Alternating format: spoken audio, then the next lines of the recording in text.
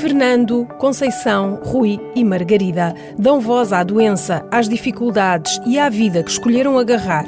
Ao lado destas pessoas estão maridos e mulheres que os acompanham sem limites e também com muito pouca ou nenhuma ajuda do Estado.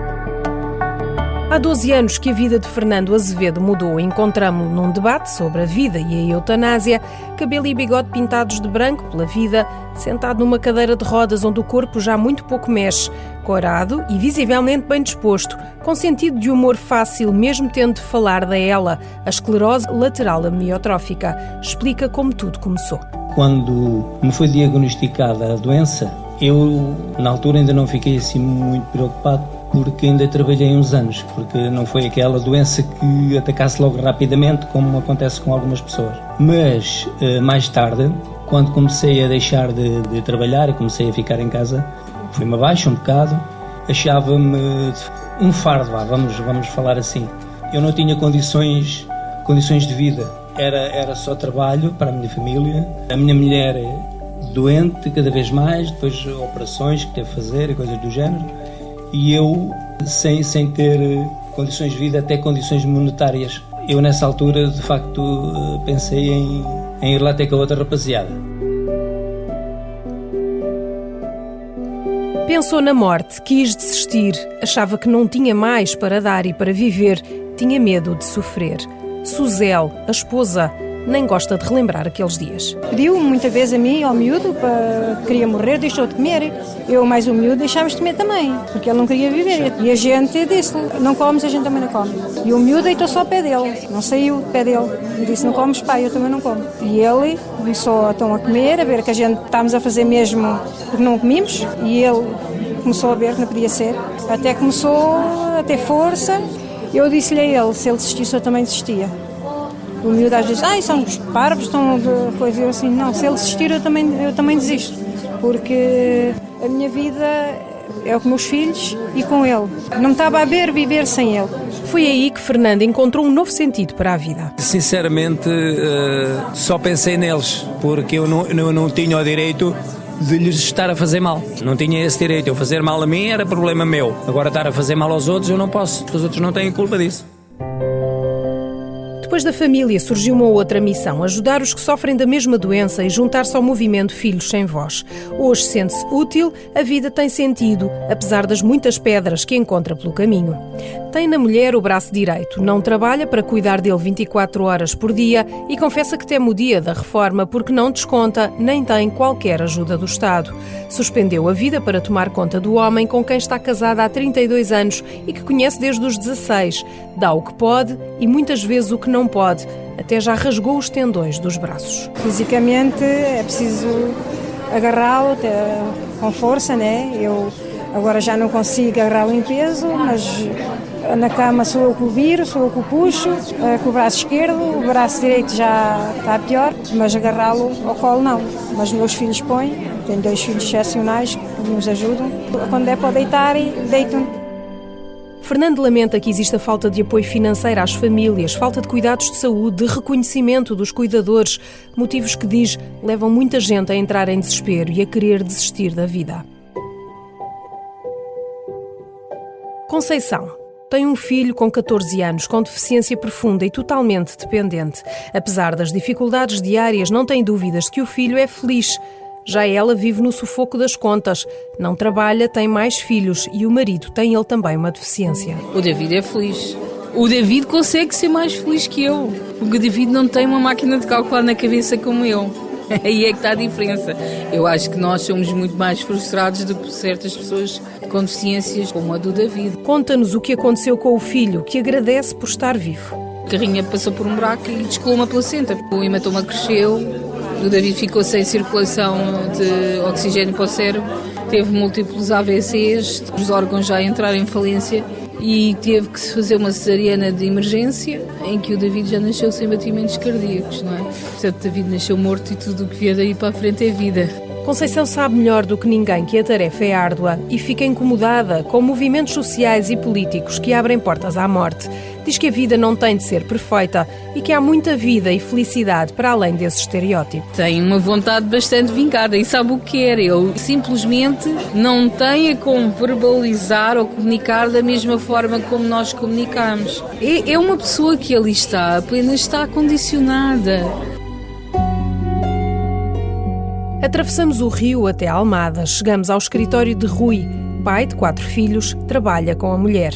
Conta-nos como foi apanhado de surpresa pela doença. Eu era um rapazinho saudável, nunca tive assim nenhum problema de saúde e ali por 2015 comecei a ver a dobrar. Mais tarde venho a descobrir um tumor com expansão para o cérebro e que, portanto, foi removido através de uma cirurgia complexa e depois de analisado verifica-se que era cancerígeno. Quando recebeu o diagnóstico, agarrou-se sempre à preocupação que tem com a família.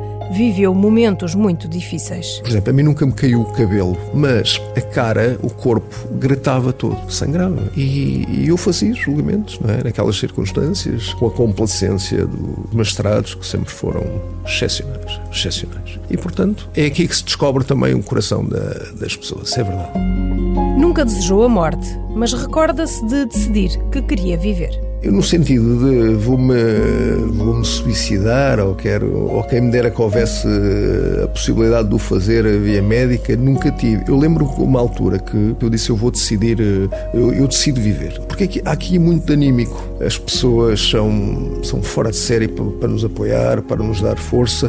Eu tenho 1,83 m e cheguei a ter 48 quilos, não é? E, portanto, com tudo o que isso implica, cheiros, cor, feridas, havia dor, houve ali pontos de dor, mas eu era muito medicado, não é? Mas era mais a fraqueza, a inexistência pessoal. Não é?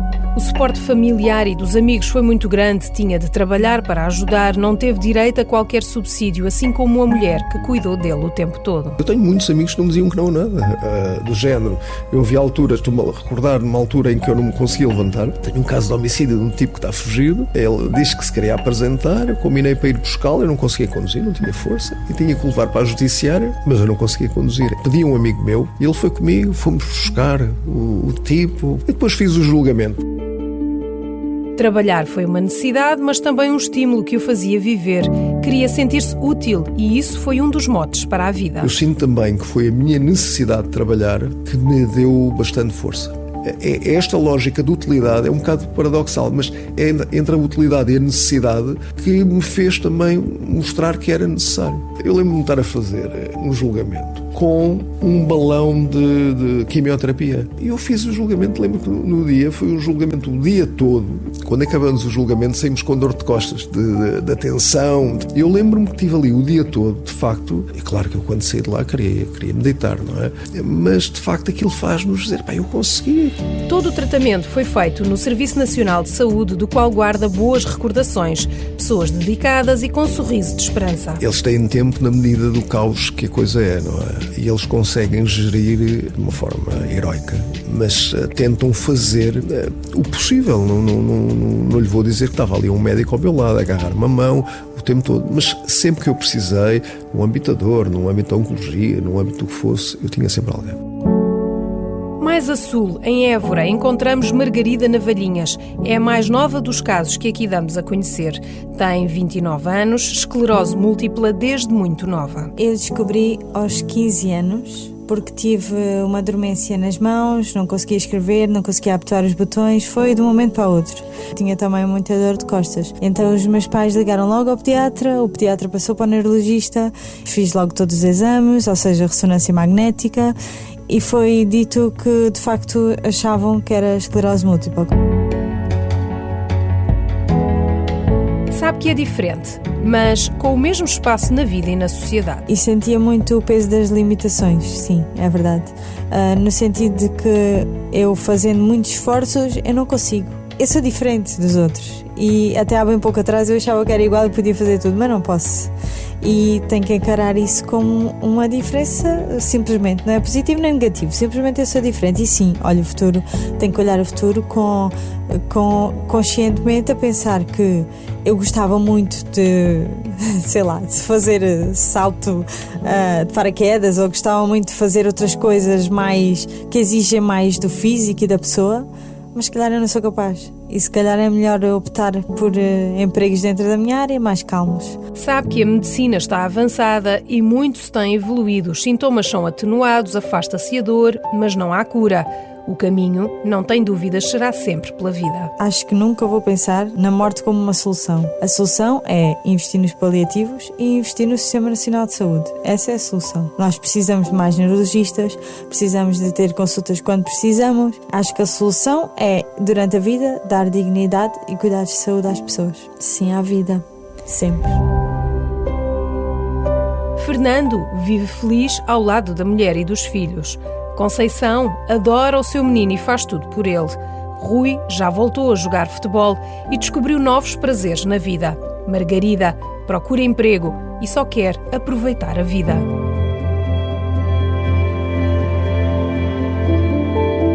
Os nossos políticos dizem que as pessoas devem ter uma morte digna. Então eu pergunto, então por que uma morte digna e não uma vida digna? De ajudarem as pessoas a ter uma vida digna, automaticamente a morte, quando vier, que essa é certa, ora ela será digna também.